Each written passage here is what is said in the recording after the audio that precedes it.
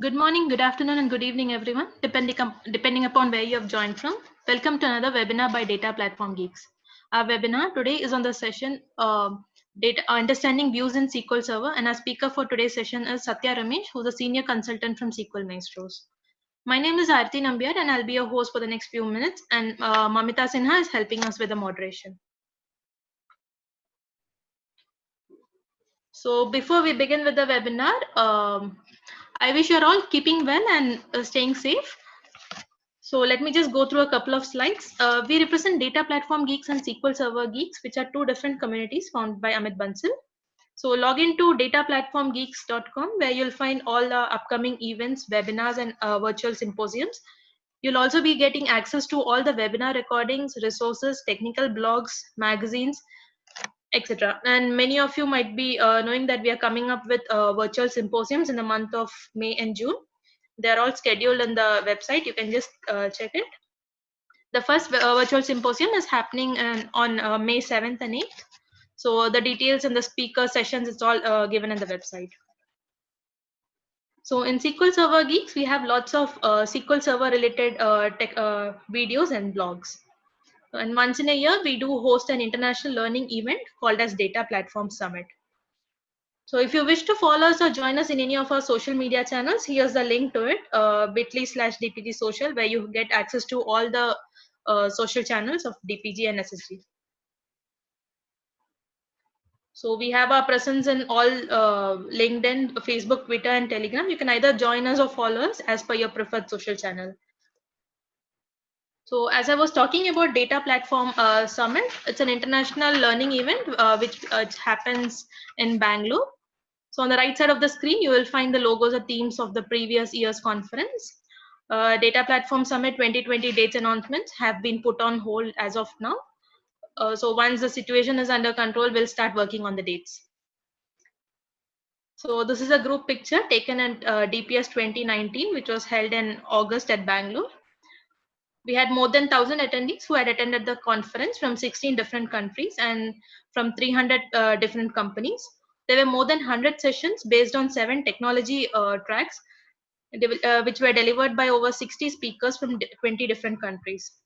If you're a person who works on data, AI, or analytics related technologies, this is a must attend conference for you all.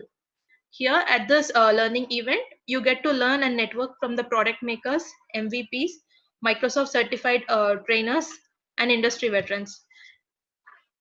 So for more details regarding the Data Platform Summit, you can log into dps10.com or drop in an email to contact@dps10.com. So all the links are available in the chat window. And a big thanks to our DPG core team members who spend their time with the community apart from their schedules. We have Amit Bansal, who is the founder and president, Manohar Punna, the vice president, and other regional mentors from different cities. So apart from the DPG team, we have the eDomina teams who help us in organizing and managing these events. Special thanks to Microsoft and supporting us with all our community activities. Knowledge partner for today's webinar is SQL Maestros.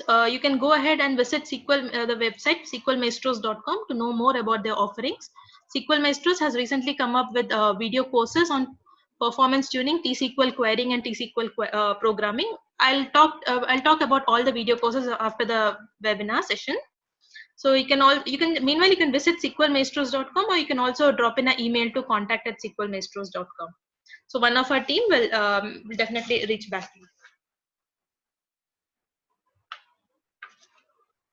So you're all members of Data Platform Geeks community. Remain as a member and get access to all our free videos, labs, magazines, and resources. So you'll also be notified on all our upcoming activities.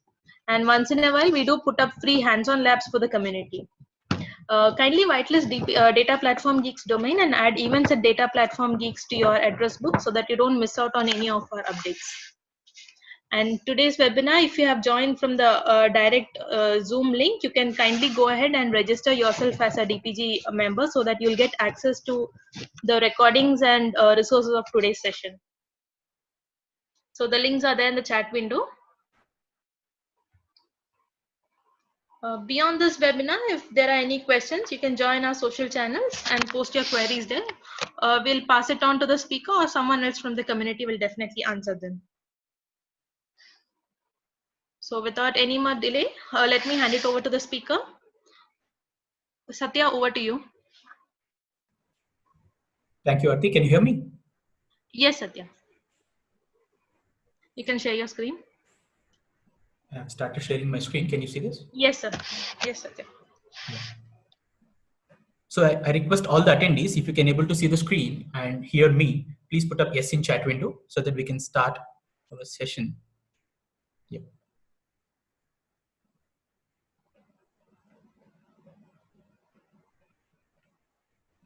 Yeah, looks like all of you can able to see the screen and hear me properly. So let's get started. And before we start, I hope all of you are keeping safe and you're staying at home safe, right? Today we are going to discuss about understanding views in SQL Server. So some of you may know already know that what is a view and what all we do with the views and what are the use cases that are generally where views are used. So, but we need to start from the beginning so that if anyone who are in the basic level 100 or something like that, then we start from there and then we go all the way to indexed views, etc. So before we begin, here are the quick agenda. So we'll talk about introduction, what is a view and what are the limitations and characteristics of a view. And then we'll quickly go through about modifying data through the views. And then we'll discuss indexed views and close the session. So let's get started. Before we start, I'll just ask a quick question. So what do you think is a view? What is a view from your perspective? Please put up your response in chat window. What is a view from your perspective? I'm monitoring the chat window so that I can see your responses there. According to you, what is a view? I'm getting responses. It's a saved SQL query, logical table, virtual table, save complex queries, virtual table, logical representation, where we can store the queries. View is virtual table, yes. Screenshot of data by applying filters, temporary tables. A view is nothing but a virtual table. View is only a structure which contains a reference to the tables. Good response. And so thank you for all the response. And the last response is view is a virtual table which is physically not present, but in compiled format. Yes, Dilip. So view, as all of you said, like most of you said, view is a virtual table. So when we say virtual table, that means it doesn't have any physical representation. So when we say it doesn't have any physical representation means whenever you take a table, a base table, for example, it has rows and columns and we have some data in it, and that particular data is physically stored in the hard disk. So it is hardened to the disk. Whenever we create a view, the data is not stored in the disk, and unless an index is created on top of a view, that we'll discuss a little later. But generally speaking, view doesn't store any data physically in the disk. So what is the use of a view? So generally, we create a view on top of some base tables. So we can take a couple of tables and join them together, and we can also perform some aggregations on top of that query, the data, and then we create a view on top of it. So create a view and then write a select query there. So that's what we generally do. So whenever we query the view, it fetches the data from the underlying tables. For example, you have transactions table, you have an orders table. So in the order table, you have all the orders, and in the transactions table, you have all the transactions, and in the stock table, you have all the stock available with you. So if you want to do some calculations on top of these three tables, you may need to join these three tables and perform some aggregations. So if you are using this query, if you are doing this aggregation again and again, so that is where the use case of views comes in. You can put up this particular select query, aggregated query, and put it in a view so that you can access the view very, very quickly. So what is it doing now? It improves the simplicity. So instead of writing a big select query with multiple joins and multiple aggregations every time, you can just put up that select query inside a view and access the view every time you need it. So that is where the use case of view, that is the simplest use of view that people generally use. So another use case that we generally see is that you have a lot of tables and you have a lot of columns, and you don't want your developers to access all the columns from all the tables.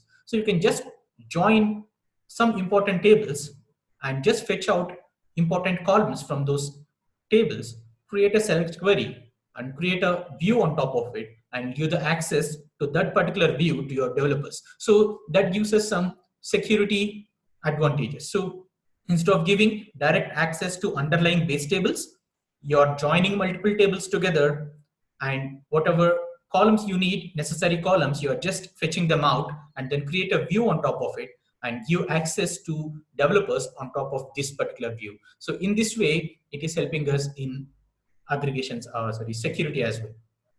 So here I have just put up all those things that I just spoke about in the slide. So it improves the security. It improves aggregations. Yes, someone in the chat window is saying view is used to save complex queries. Yes, so whenever you join multiple tables and you're performing aggregations, etc., the query become complex. So you are storing that particular complex query in a view. So that in that particular context, you're saving you're saving complex query in a view. So that's fine. So I can see a lot of spam coming in Q&A. So can you please? Someone called Anupama. So that is actually coming as a pop-up in front of me as a distraction. So can you please doing that?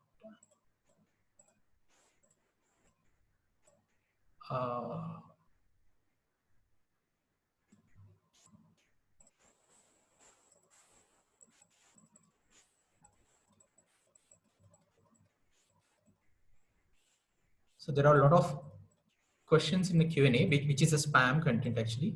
So I'm just, that is popping up in front of the machine. So I just sorry to interrupt. Satya, I'll do it. You can carry on with your session. Yeah, it's coming as a pop-up on the screen. Oh, actually, okay, so okay. that's why.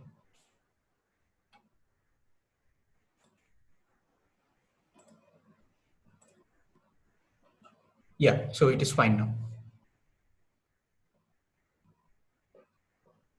Yeah, Manveer also has a question. So all the questions, so I request all the attendees to put your questions using Q&A panel. I'll just go through the content, and at the end of the session, I'll just go through the Q&A panel and we'll discuss all the questions in single go. So that will be very useful because a few of the questions will get answered as part of the lecture itself. So please bear with me and please put up your questions using Q&A panel. So at the end of the session, I'll just go through all the questions quickly. Yeah, we were discussing about use cases of views. So views helps us in improving security, providing security, and views also helps us in simplifying our complex queries. So that's where views comes into the picture. So let's go and discuss about a couple of quick limitations that we have when we are dealing with views. So an order by cannot be used inside a view. So generally, order by cannot be used inside a view or else inline table valued function or else like subqueries unless a top is specified. So that is one of the limitations that we have whenever we are dealing with views. And all the resulting columns must have names. So if at all you are doing some calculated columns, you are performing some calculations on top of columns and deriving a new column, that column must and should have a name to it. And all the names should be unique so that there is no ambiguity between the columns whenever we query a view. So that is another limitation. It's kind of a characteristic property. And whenever there are changes to underlying tables, like for example, you have added a column to the table or else you dropped a column from a table, and if you want that to be reflected in a view, you need to refresh the view. That is one of the important thing that you need to know. Whenever metadata changes happen to underlying tables, you need to refresh the view. Otherwise, you won't be able to see the modifications that has happened to underlying tables. So let's go ahead and see all these things in a quick demo. I'll just go through all these things very quickly so that what all we have spoke till now, we'll just see them in action. So before we begin, if at all there are any such views, etc. are there, then we can drop them. And let's see this particular query. I'm using SQL Maestros database, but for this particular demos, all the demos that we are using today will be on top of SQL Maestros database. It's a dummy database on top of SQL Maestros Hands-on Labs project. SQL Maestros Hands-on Lab project is a kind of a library of documents. If you go through the document, you will be able to learn a particular concept. So this kind of a sales details for that particular project exist in this dummy database. All the sales figures that you may see here are dummy, so don't take them seriously. But the techniques, etc., that we are discussing today will be applicable everywhere, and that they are accurate techniques. So first of all, let's describe the problem statement. Find the sales report of each lab per month. There are so many labs exist in SQL Maestros database. So if you want to find out a sales report of each lab per month basis. So every year you have 12 months. So for every lab in a year, you'll get 12 reports. So if you have 100 labs, for every month you'll get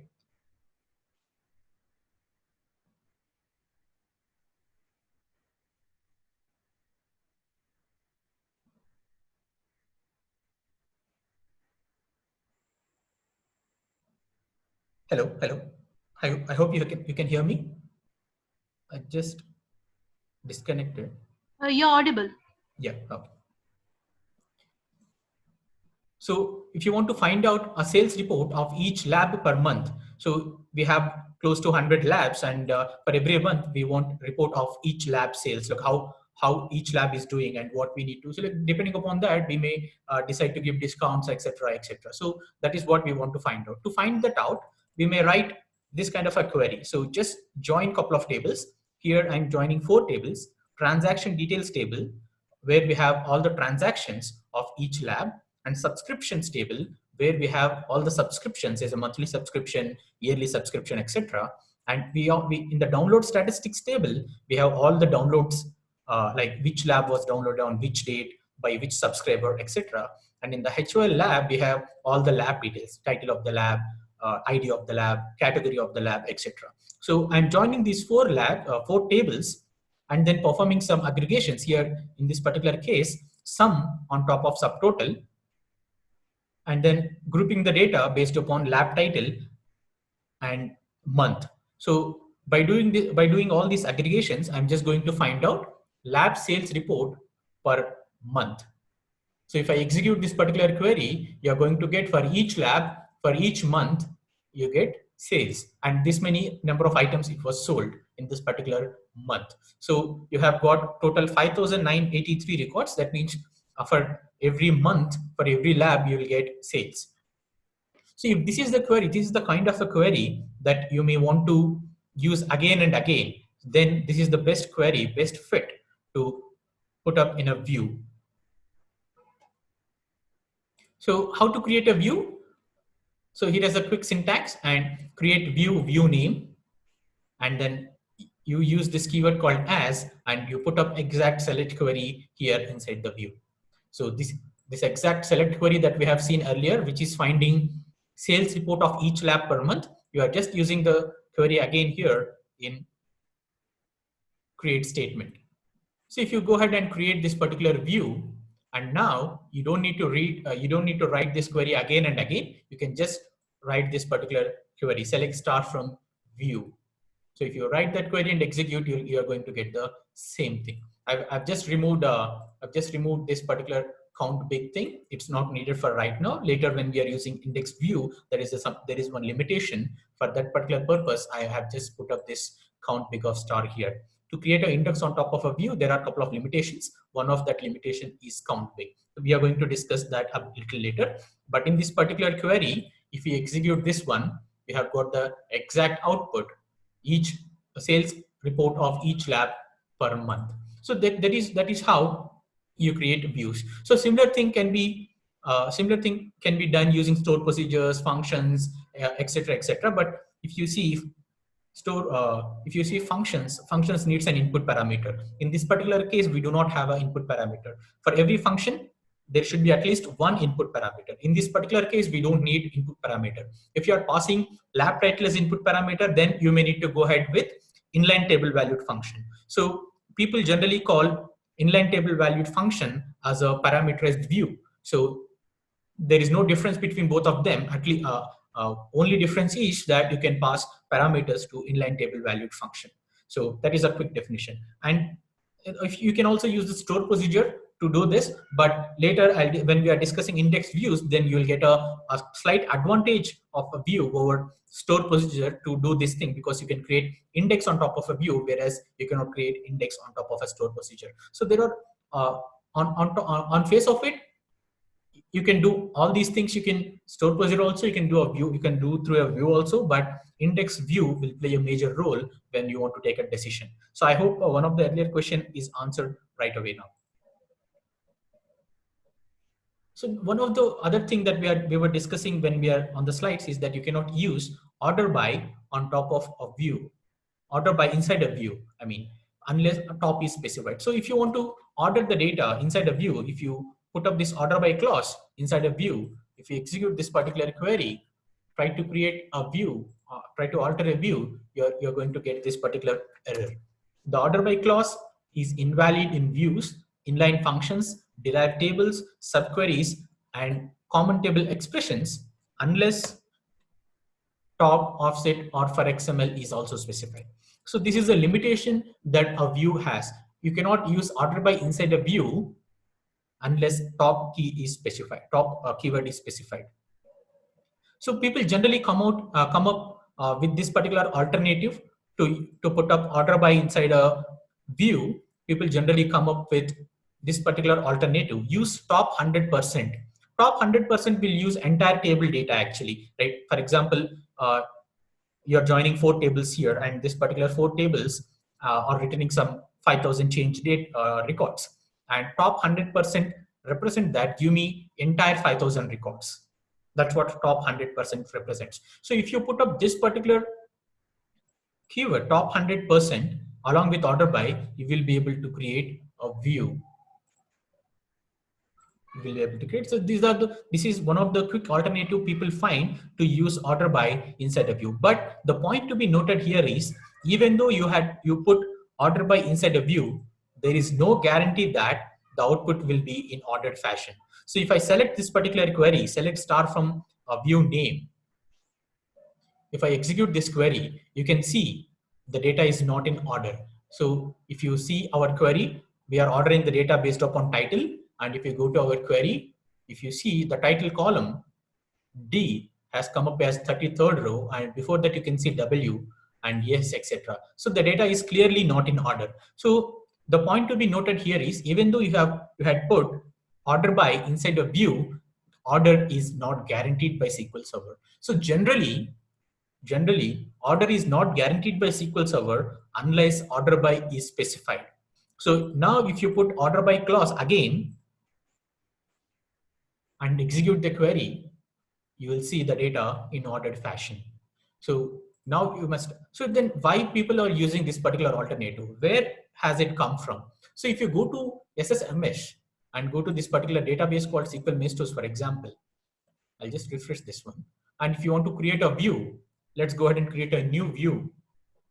And let's select any of the table. Let's select dummy statistics table. I'll just go ahead and add it. Let me take close it. Let me take all the columns and let's select. And while I'm selecting everything, you can see a query is getting populated here in the SSMS window.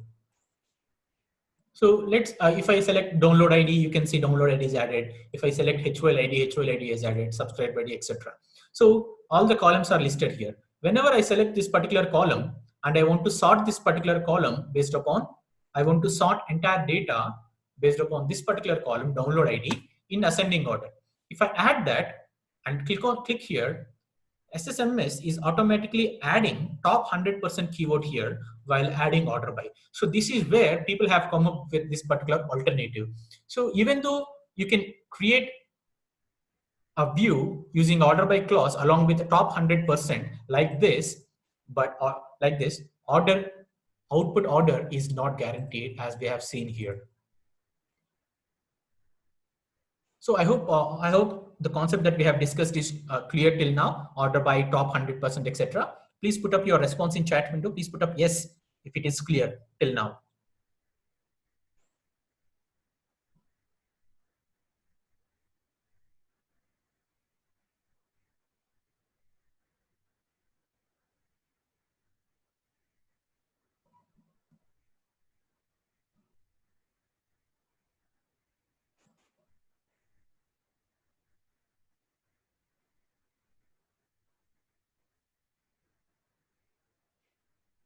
Yes, looks like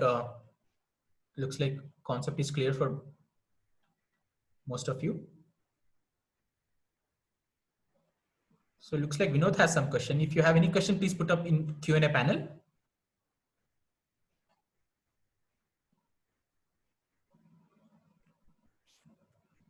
Yeah, let's go through our next demo.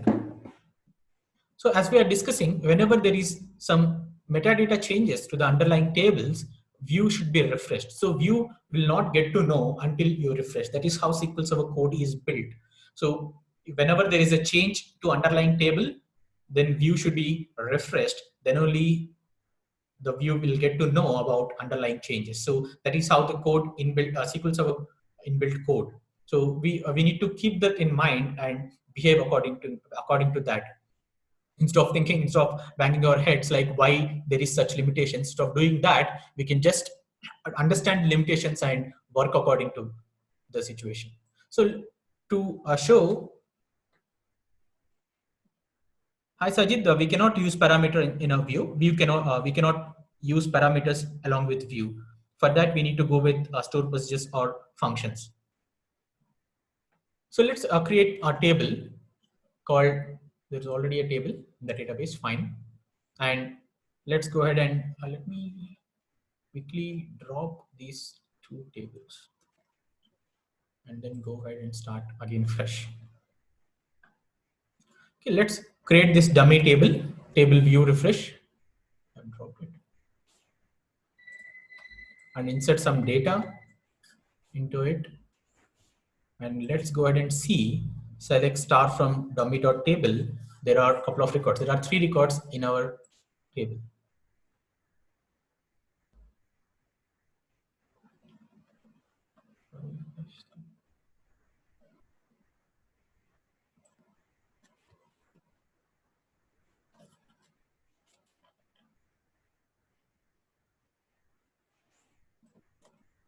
Is showing. So let me do one thing, quickly drop it, drop table name. Let's drop this particular table. Okay, let's go ahead and create the table again. Yeah, we have this table and let us insert. And if you observe, our table have only one column, which is column 1. And I'm just going to insert some default values. So we have only column 1 and we have defined identity property on top of it. And when we insert default values, identity property will start with 1. So the value for the column 1 will be 1. Let's execute this. Yes, executed. And if you go ahead and see the data inside a table, you can see the value 1. And let's go ahead and create a view on top of this particular table. Create a view on top of this particular table. I'm creating that. And let's go ahead and query the view. I've queried, yes, whatever is there in underlying table, we are getting it.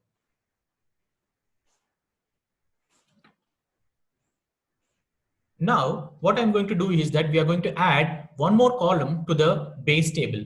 We are just adding one more column to the table view refresh, which is column 2. So the command is successful. So if you go ahead and see the table, we have column 2 ready and we have not passed any value. So that's why the value is null. So now let's go ahead and query the view. So if you go ahead and query the view, and if you see our view definition is saying select star from table name. So star means give me all the columns. So in right now our table have 2 columns. So we should get 2 columns. But when we query the view, we are getting only 1 column because the column was added after we have created the view. So in order in order for the view to display the columns, then we need to refresh the view. So sp underscore refresh view system store procedure is used to refresh a view. So this is, here is the syntax: exec sp underscore refresh view, and you just need to pass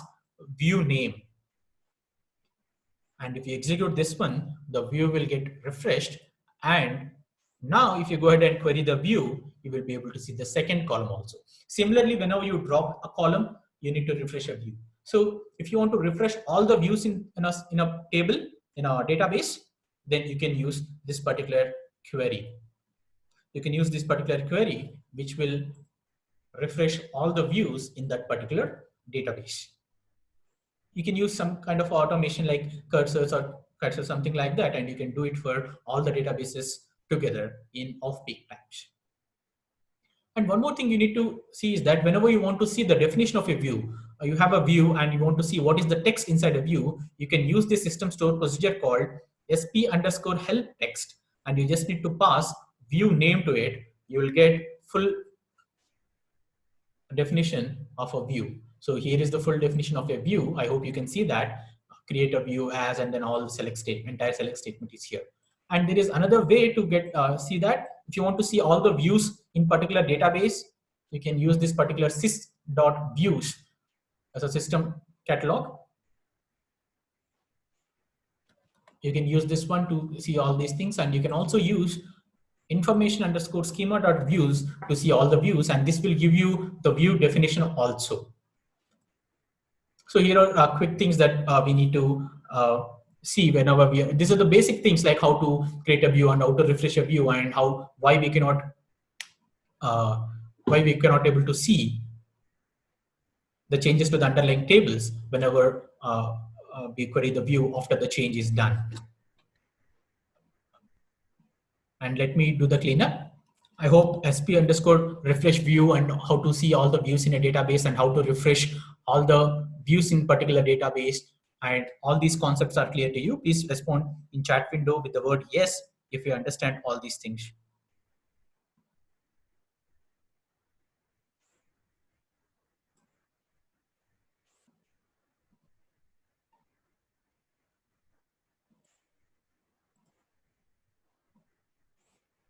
Yeah, looks like the concept is clear. And as we are going through all these things, and view is nothing but a virtual table. It doesn't have. Yes, Satish, you can do automation to refresh all the views. The question is, can I do automation to refresh all the views in certain frequency? Yes, you can do that. Please put up those questions in Q&A panel. Otherwise, I'll miss these questions. I'll answer all these questions at the end of the session, please.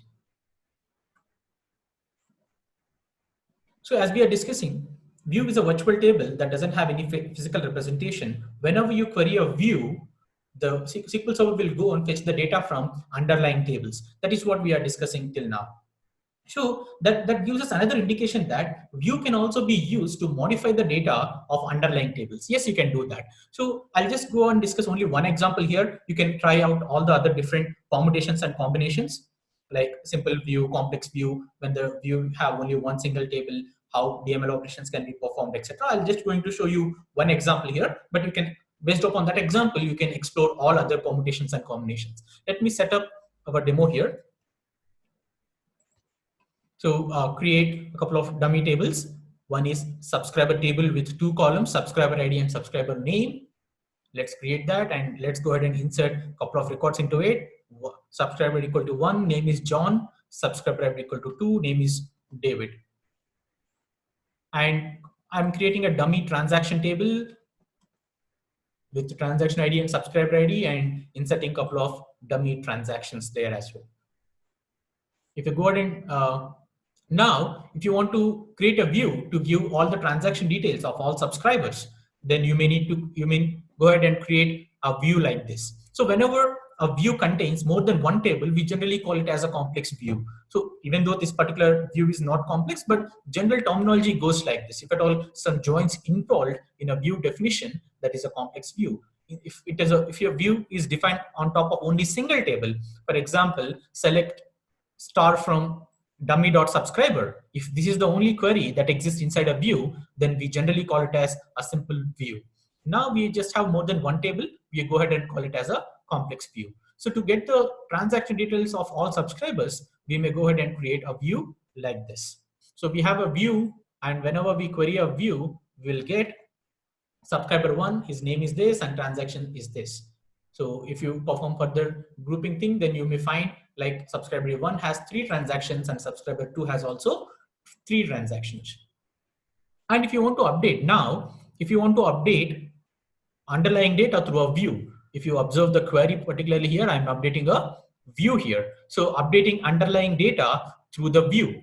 What we are going to do here, whenever the transaction ID is equal to 10, update the subscriber name is equal to Peter. So earlier the name is John. Now we are updating that as a Peter. Wherever the transaction ID equal to 10, we are going to update the subscriber name as Peter. If I go ahead and do this, so there is only one transaction called is equal to 10. So for that particular transaction, the name should be changed to Peter. Let's go ahead and query the view again after update is done.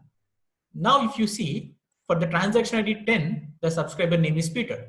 But for 11 and 12 also, the subscriber name is Peter. So why is this happening? Because if you go ahead and query both the tables, select start from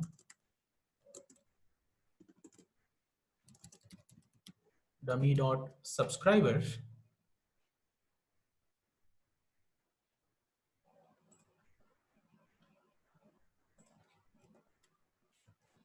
And you can also query this one, select start from dummy.transactions. And if you go ahead and execute these two tables together, you can see subscriber table on top, transaction table on bottom. So there is no common column in subscriber table for transact. So there is a common column which is called subscriber ID in both these columns. So whenever you see this particular query, which is this particular update query, you're updating subscriber name where transaction ID is equal to 10. So where is this transaction ID equal to 10 exist? It is in transaction table. For transaction ID table, you don't have a name column, but you have a correlation called transaction ID for transaction ID 10 subscribed equal to 1. Just take the subscribed equal to 1 and go into subscriber table. And for the subscriber equal to 1, you just update John to Peter. So that's why all the subscriber ID where subscriber ID 1 was updated to Peter. So here if you see for the 11 and 12 transaction IDs 11 and 12, the subscriber equal to 1. So for them also the data is changed.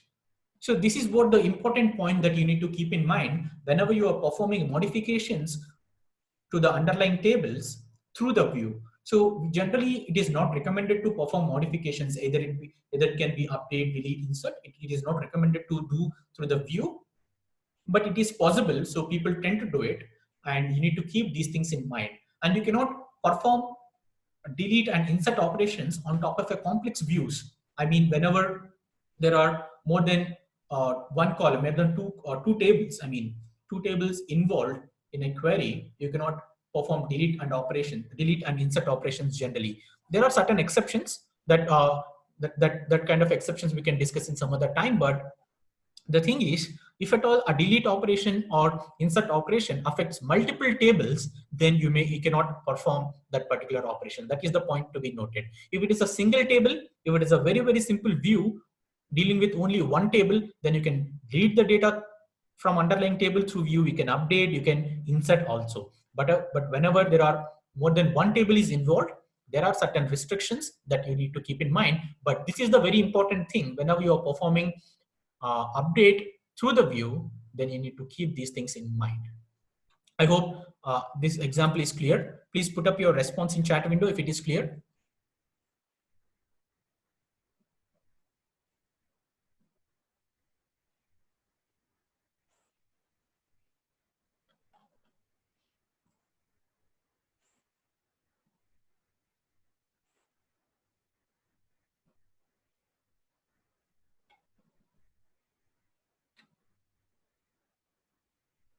Yeah, I have someone asked like no need to commit run. I have rolled it back because I've performed some update operation. I just don't want that update to take place, so I just rolled it back here.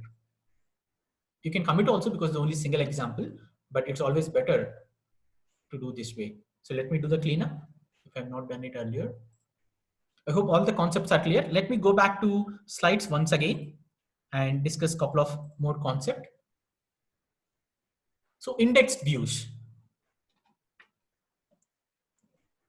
So what is an index in first place? So what is the meaning of index, and why do we need to, what is the meaning of index, and why do we need to create index on top of a view? Please put up your response in chat window that why do we need, what is index in the first place, and why do we need to create index on top of a view? Then again, I'll just go ahead and discuss what we have in slides, etc. Please put up your responses in chat window. Performance, for faster performance.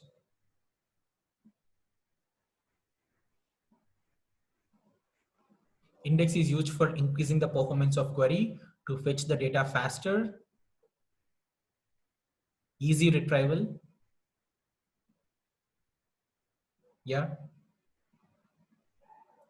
Yes, so index is for assigning the address for rows. It makes the virtual table physical and makes more faster performance, especially faster performance of query to fetch the data faster. This will arrange the rows physically in the memory in sorted order. Too much of details there. This will arrange the rows physically. Okay. A lot of responses. Index is used for fast retrieval of the data. If you join one view with another view, it will give good performance. Yes, good. Pre-aggregated data for analysis, better for slow changing ones.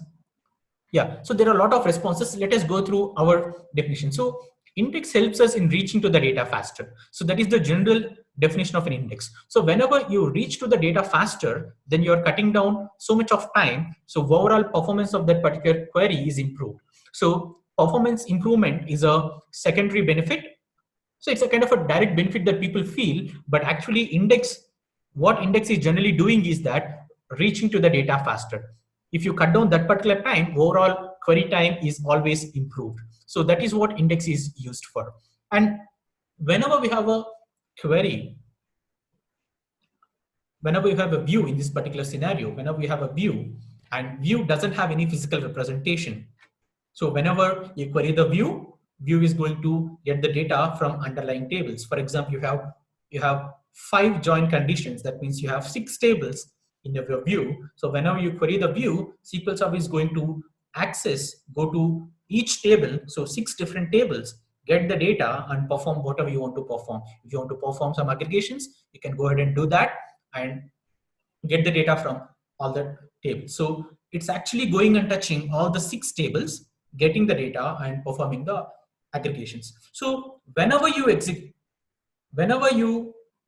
execute this one, whenever you execute a view, you're going to touch those tables again and again. So that is where we SQL Server team want to do something with that. Like SQL Server team want to improve that thing. So just because there is no physical representation, we cannot do it. If at all there is some physical representation for the view, then there is no need to go and touch all these individual tables. So that's where index comes into the picture whenever we are discussing a view. So the point here is when you need to create unique clustered index on top of a view that will make a view materialized. That means now you have a physical representation. So if you see, whenever you create an index on top of a view, now the view is physically exist. And you can, once you create a unique cluster index, then you can create more non-cluster indexes on top of a view. Why unique cluster index? Because clustered index generally has all the columns of a table, all the columns of a data set. Here in this particular case, if view is joining 6 tables, that is our data set.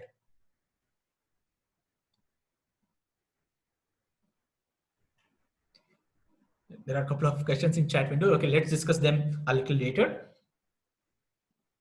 Yeah, whenever you create an clustered index, cluster index generally have data of all the columns. So that is your base table now. So that is why this limitation called, the limitation exists that you need to create unique clustered index first in order to create one or more non-clustered indexes. That is the first recommendation, limitation, sorry. And one more thing you need to note is that whenever you create an index on top of a view, then you have a physical representation. You have a base table now, and that particular base table will get updated every time there is a change in data to underlying tables. So all these things that we will see, and this particular index view is very, very great whenever we have aggregated queries. So when you join a lot of tables and you're performing a lot of aggregations, then creating index on top of it is a very, very good idea. So that is the main thing that helps us. So let's go ahead and quickly see a couple of demos around index views. So let me drop this particular view if exists. Okay. So let's see this one. So this particular query again finds the lab sales details per month. If I execute this particular query, it is joining a couple of tables. Like here in this particular case, it is joining 4 tables, and then we are performing some operation. And this, as this is an aggregated query, this is the same query that we have discussed in the beginning itself. So if you want to see the execution plan of it, let's go ahead and see the execution plan. So you have used 4 tables. So SQL Server has touched 4 tables here. SQL Server has touched 4 tables. You need whenever you execute a view, it has to go and touch again these same tables. Now it is an individual query. If you put this particular query in a view, let me put up this create here, and let's go ahead and create this view. First, let's create this view and then execute this particular view. So if I go ahead and execute this particular view and then go to the execution plan, you can see the same execution plan, even though for individual query also the execution plan is same. For aggregated query or for view index, for a view also the execution plan is same. So it is going to use the same execution plan as we have discussed already. Whenever you query a view, it is going and touching underlying tables. So this is not giving any performance improvement. Now let's go ahead and create a unique clustered index on top of a view. To do that, there are a couple of limitations. So if you want to create an index on top of a view, the view should be schema binded. This is the limitation number 1. Schema binding is one of the view options. There are certain view options that exist in SQL Server that right now in today's session, because of time constraints, we are not discussing all view options. There are options like encryption. There is option like schema binding. There is option like check with check option, etc., etc. There are a couple of options whenever we discuss a view.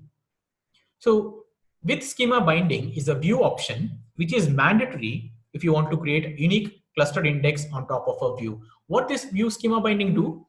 Whenever you create a view with schema binding, you cannot make schema changes to the underlying tables, and you cannot drop underlying tables. That is what it is going to take care. So if you want to, so let's see this. If you create an index on top of a view and then one of the table is dropped, so that all the data belongs to that particular table is invalid now. So there should be some mechanism which is keeping track, which is making sure that data consistency is maintained. So view with schema binding option is doing that for us. So let's go ahead and create this particular view, and now you will be able to create index on top of it. As we discussed already, one of the limitation is that there should be count big function. Count big function should be used inside a select query in order to create index on top of it. So there is a quick alternative for that. Whenever you are trying and filtering, whenever you are querying the views and applying filters on top of it, and I'll come to that in a while. So let's go ahead and create a unique cluster index. Yes, you have created a unique cluster index. Let's go ahead and create this supplementary index as well. I'll discuss this thing why we are creating this one in a little while. Now, if you go ahead and query the view, the output is same. And now if you go ahead and see the execution plan, instead of going and touching all the tables every time, you you can just go ahead and do a simple index scan. So this is where our queries are helpful. Our queries will improve in performance. So if you want to perform filters on top of it, like get me everything from the view where sales is greater than 20,000. Now, if you go ahead and execute this particular query, now instead of go ahead and touching all the base tables, you can do a simple index seek. Data is in a single table now. So this is where you can reduce a lot of IOs instead of going to each and every table, get it, put it in memory. Instead of doing all those things, you can just go to our index, fetch the data from that particular index. That is where our like advantage is. So why we have created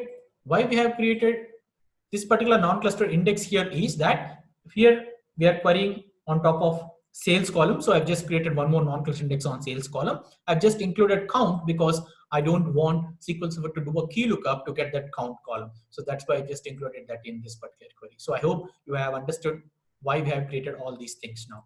And one more thing I just wanted to show you before we conclude, that let's say this particular view is altered. Let me alter this particular query. Okay, so alter view, right? And before doing that, I'll just go ahead and show you from Object Explorer. If I just refresh, you can see this particular view. Our view name is dummy.vws_sales report. Let's go ahead and see that. Let me expand that, and if you go ahead and expand this indexing tab toggle, you can see the two indexes that we have created. One is clustered and the other one is non-clustered. Now let's go ahead and alter our view. Let's go ahead and alter our view. If I alter the view and then go ahead and refresh this particular view and then go to sales report and go to indexes, boom, there is no indexes now. So what has happened? Can anyone explain why indexes are dropped or why there is no indexes? We have created two indexes. We have just altered our view. All the indexes are gone. What has happened? Please put up your response in chat window. With that, we can conclude today's webinar.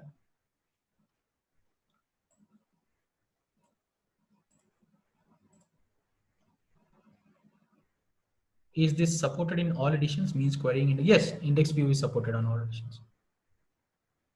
Partitioning is available only in enterprise edition. View partitioning, index partitioning, table partitioning, etc. But index views is available in all the versions. Definition of view is changed. Yes, the definition of view is changed. Here in this particular case, we have not done anything. We just altered. Definition is not changed. It replaced physical structure with a new structure of view. Okay. Recreation of index. Recreated actually. There is no index actually here in this particular case.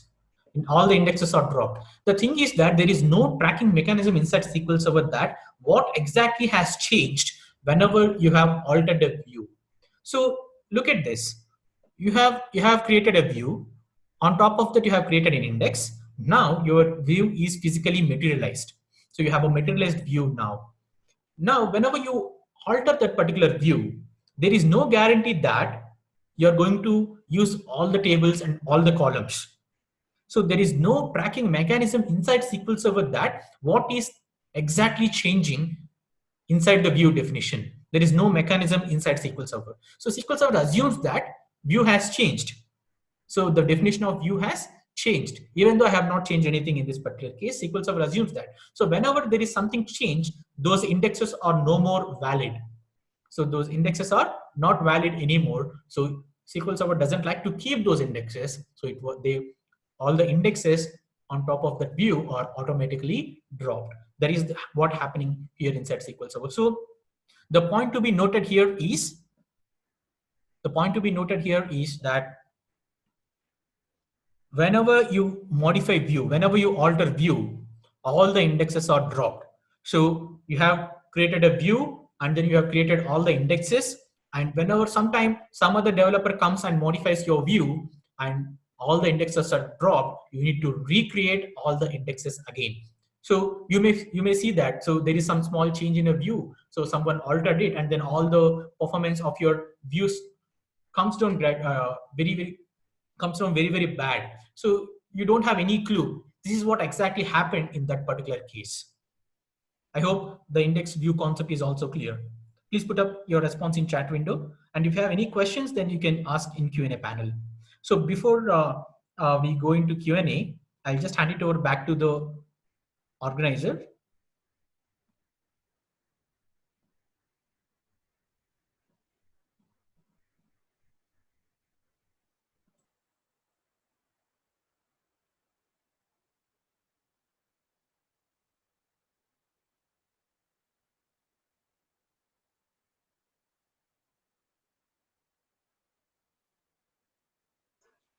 Well, Satya, thank you. That was a wonderful webinar, and I'm sure you have lots of questions to be answered. So before we take up the Q&A, let me just have a quick word from our knowledge partner, SQL Maestros. And meanwhile, I request all the attendees to post your questions in the Q&A panel. So beyond this webinar, if there is any other questions, you can post it in our social channels, bit.ly/DPG social. So we'll get them to the speaker, or else someone from the community will reply to it. So as I talked about SQLmaestros.com, you can visit their website and learn about the video courses. SQLmaestros.com is a website, and you can also drop in an email to contact@SQLmaestros.com. So video courses, we have 3 video courses which have been launched recently: SQL Server Performance Tuning, Transact SQL Querying, and Transact SQL Programming. So all the 3 courses are live, and they are in the website. So video courses can be watched at the convenience of your home or work. These are high quality HD professionally recorded videos which you can watch anytime, anywhere, and as many times as you want. So we have full length video course as well as individual modules as well. So right now, supporting to the community during the staff times, there is a 50% of discount going on for the video courses. So you can log into SQLmaestros.com, or also drop in an email to contact@SQLmaestros.com to know more details about the video courses. One of our team members will definitely revert to you.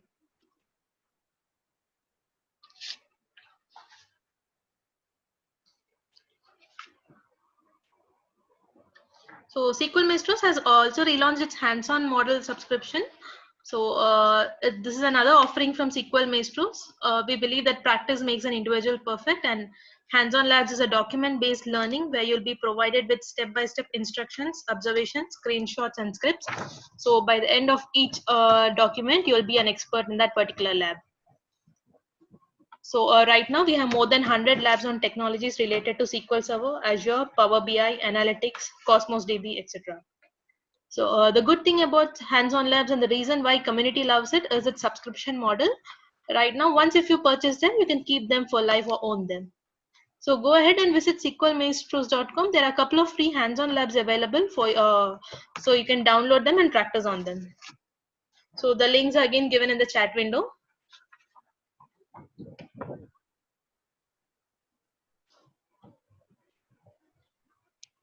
And you can follow on any of our social media channels.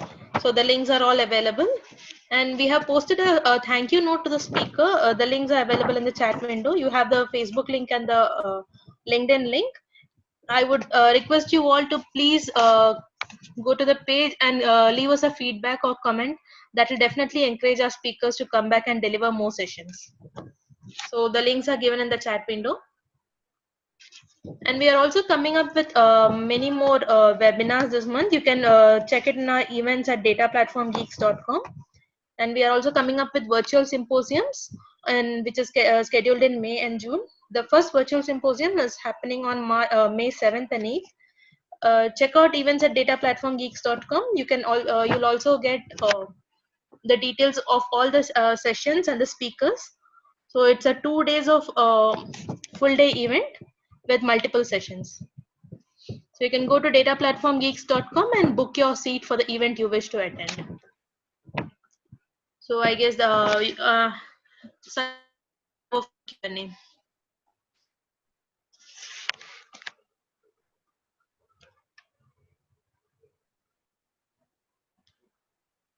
Yeah. Please give the feedback. And as Aarti was discussing, those hands-on labs, that the same thing that we are discussing in SQL Maestro's database, that in our examples, that is based upon this hands-on labs project. And I hope you'll all take advantage of those discounts going on to support the community in these tough times. Please go ahead. And let me go through the questions now. I'm opening up Q&A panel. Just give me a second.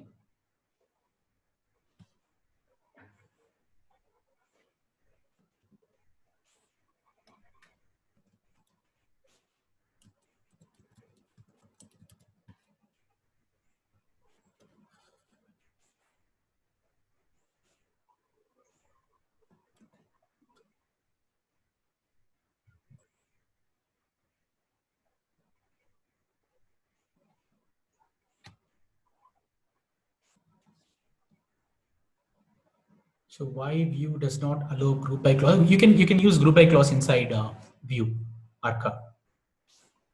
The next question is, what could be a reason to refresh a view if a column is added or altered, like size change? So there is no mechanism in SQL Server that what is happening. There is no tracking mechanism uh, which is keeping track of what all app changes that are happening to underlying tables. That's why this refresh view is introduced. So you need to refresh whenever there is a change into underlying tables, schema changes to underlying tables.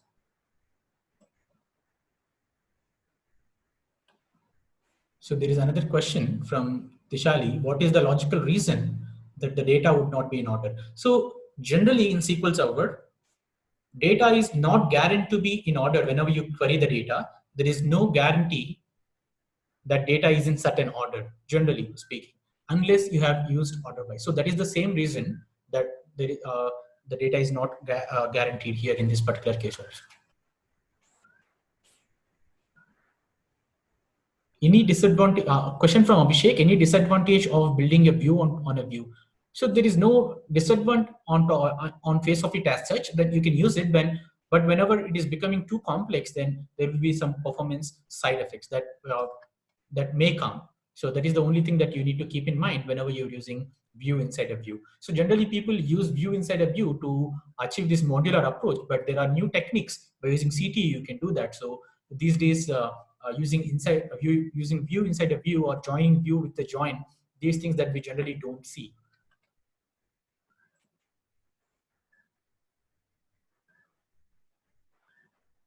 Question from Anil. Index view is not very popular and has a lot of limitations, unlike Oracle views. Why is it so? Anil, to be honest, I don't have any clue about Oracle, but index view is a good thing whenever we have aggregated queries. And there are certain limitations, like you need to use schema binding, and to use schema binding also there are other limitations, that you should not use star, all the columns should have unique names, etc., etc. All those limitations are there. But yes, if you can able to meet those limitations and you have some aggregated queries, index view will definitely improve your query performance.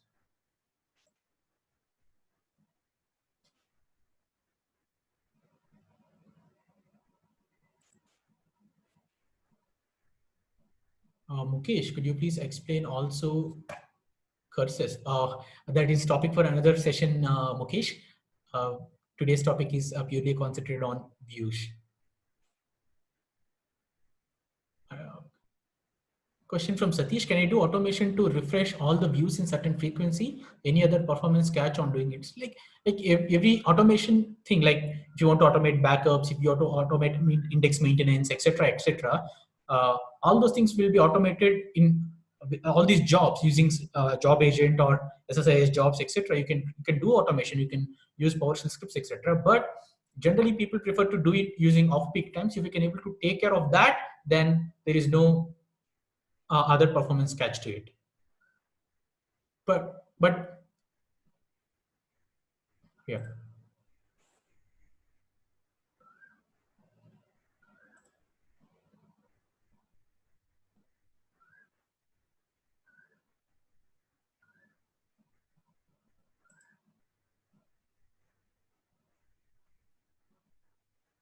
Is there a way to control those update operations over a view.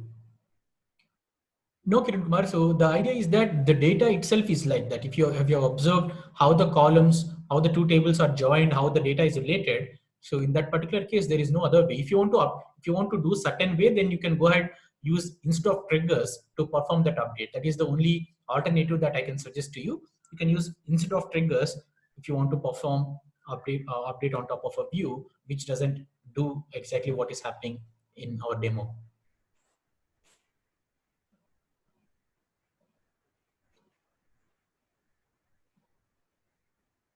So actually, we can restrict update statements on views, right? Yes, you can like all these permissions based upon roles, etc. You can always limit all these things. Ravindranath has a question. If view doesn't stores data with it, then how does it allow index and how it work? So whenever you create index, the data will get materialized based upon that index, based upon that and ordered based upon key column of that index. For example, in our if you see our index view example, we have created index on top of title and order month. So based upon those two columns, data will get ordered and will get stored as a clustered table. So that is how the data is physically stored in disk.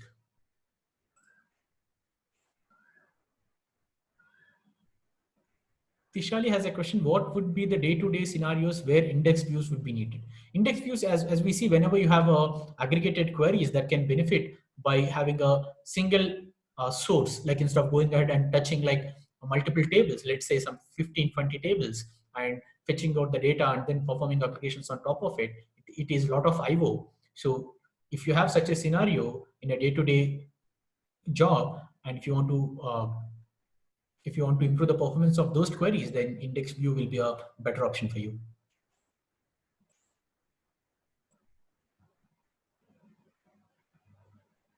Dharmendran has a question. Is that indexed view will affect the performance of underlying table, have huge insert, update and deletes? Will happen bottleneck? Yes, of course, Dharmendran. It's like index has this thing generally, like whenever you have a index on top of a table, on top of an index, and if you have multiple of them, then obviously your inserts will slow down, your DML operations will slow down. So in index view case also, your inserts, updates and deletes will slow down obviously. So you need to find a trade-off, like how the performance is improved for that particular aggregated query by creating one or two indexes versus how our insert performance is affected and how our DML operations are affected. If you can able to balance, then you can then go ahead and create index view. If it is too much of work for you, like if there are too much of performance issues for DML operations, you just drop this view and then let that operations go through and then create the index again. So that is the general technique that people follow.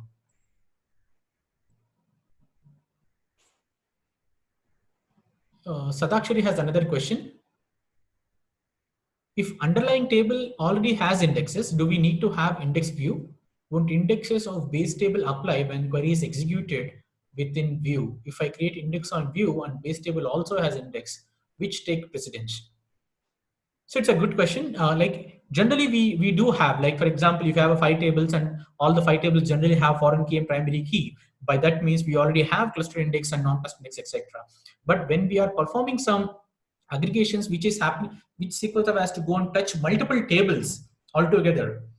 So it will go and use that particular index whenever it is using underlying tables. But what we are trying to do here is that instead of going ahead and touching 5-6 different tables, 5-6 may sound small. Like for example, consider as 20 tables. If you are go ahead and fetching the data from 20 different tables, and that particular thing is very, very heavy for SQL. A lot of IO is involved.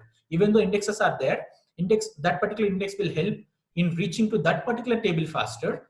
If you have 20 tables, individually you have to go and touch all these 20. But what we are trying to do by creating index on top of a view is that instead of going ahead and touching 20 tables, let's create a single data set for this particular query. Now we have only single table to touch. So that's where the performance is improved. So sometimes whenever you're using this particular index view in a subqueries, the view will tend to expand. So that particular time you may go ahead and use with no expand hint. So generally speaking, index view will take precedence on top of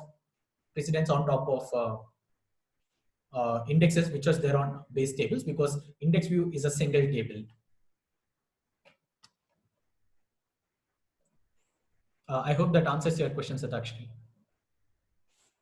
Yeah. Question from Munna: Is index view can store the data? Yes, that is, it can store index view is actually materializing the data. Question: materialized views and index views both are same? Yes, both are same. Kiran Kumar: do we have any scenario situations where index views can lead to worst performance? Right now, I cannot think of anything.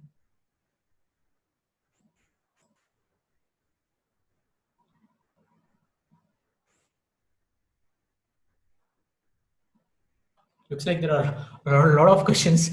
I request all of you to put up your questions in a link that we have provided in chat window. I'll try to answer all of your questions there because we are running out of time. It's already 4:15 and looks like there are 20 more questions. So I request all of you to put up your questions in the feedback link that is provided in chat window. I request Aarti to provide that link in chat window again so that you can go ahead and put your questions there, and please put up your feedback also there, so that will encourage us a lot, and we can come back and deliver questions for you again and again. Sorry, questions, not questions, sessions for you again and again.